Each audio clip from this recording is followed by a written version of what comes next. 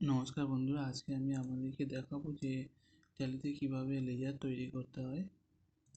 প্রথমে ট্যালি খোলার পরে এখানে ক্রিয়েট অপশানে আসবে, এসে এখান দিয়ে লেজার, এখানে লিখবে capital, under capital account C type করো, ক্যাপিটাল অ্যাকাউন্ট দিয়ে দিলাম, দিয়ে এগুলো ইন্টার।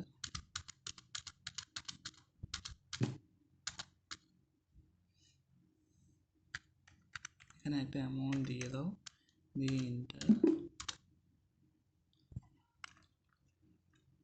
এরপরে ধরো লিখলাম ব্যাংক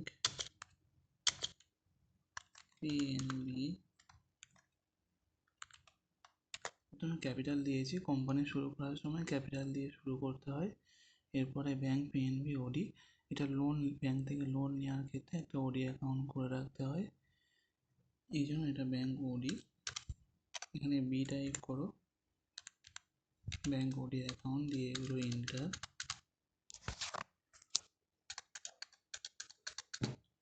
এবার এখানে একটা অ্যামাউন্ট দিয়ে দাও, ইন্টার। এরপরে এখানে কোম্পানি যে বিল্ডিংটা তৈরি করছে, বিল্ডিং লিখলাম, under fixed asset F type করো,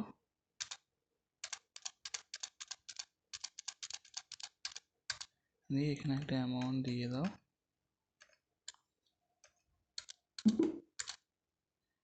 এরপরে এখানে ধরো কোম্পানি একটা ব্যাংকের অ্যাকাউন্ট লাগে, এসবিআই লিখলাম, ব্যাংক অ্যাকাউন্টস, দিয়ে এগুলো ইন্টার, একটা অ্যামাউন্ট দিয়ে দাও।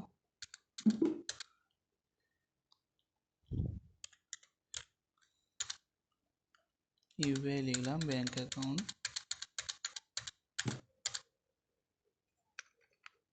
30,000 দিলাম, দিয়ে ইন্টার। এরপরে ক্যাশ করতে গেলে, ক্যাশটা ডিফল্ট করা থাকে, এখান দিয়ে স্কেপ মেরে বাইরে আসো, এসে স্কেপ, এই যে অল্টার আছে, অল্টার দিয়ে লেজার, এখান দিয়ে কোনো লেজার ভুল হলে ঠিক করতে পারবো। এখান দিয়ে ক্যাশ আছে, ক্যাশ সব কিছু করা থাকে, শুধু লাস্টে গিয়ে এই টাকাটা বসিয়ে দিতে হয়। এরপরে ধরো কোম্পানি যেটা দিয়ে ব্যবসা করবে, ইউনিট স্টক আইটেম, প্রথমে ইউনিট করতে হয়, ক্রিয়েটে গিয়ে এখানে ইউনিট, এখানে পিসিএস, কেজিএস, লিটার্স ইত্যাদি হতে পারে, পিসিএস দিলাম, দিয়ে এন্টার। এরপর এখান দিয়ে স্কেপ মেরে বাইরে এসে ক্রিয়েটে গিয়ে আবার এখান দিয়ে স্টক আইটেম, কোম্পানির যে স্টক আইটেমটা আছে পেন, আন্ডার প্রাইমারি থাকবে ইউনিট পিসিএস, এখানে কত পিস দিয়ে শুরু করছে, 2,500, 10 টাকা করে, দিয়ে এন্টার। এবার আমাদেরকে এখান দিয়ে স্কেপ মেরে বাইরে এসে ব্যালেন্স শিটে যেতে হবে। এটাকে ডিটেলসে দেখতে গেলে অল্টার চিপে F1, এখানে আমরা দেখতে পাচ্ছি যেগুলো আমরা এন্ট্রি করেছি, লেজার দুদিকে 2,06,700 টাকা আছে, প্লাস লেজারের যে অ্যামাউন্টগুলো এখানে শো করবে।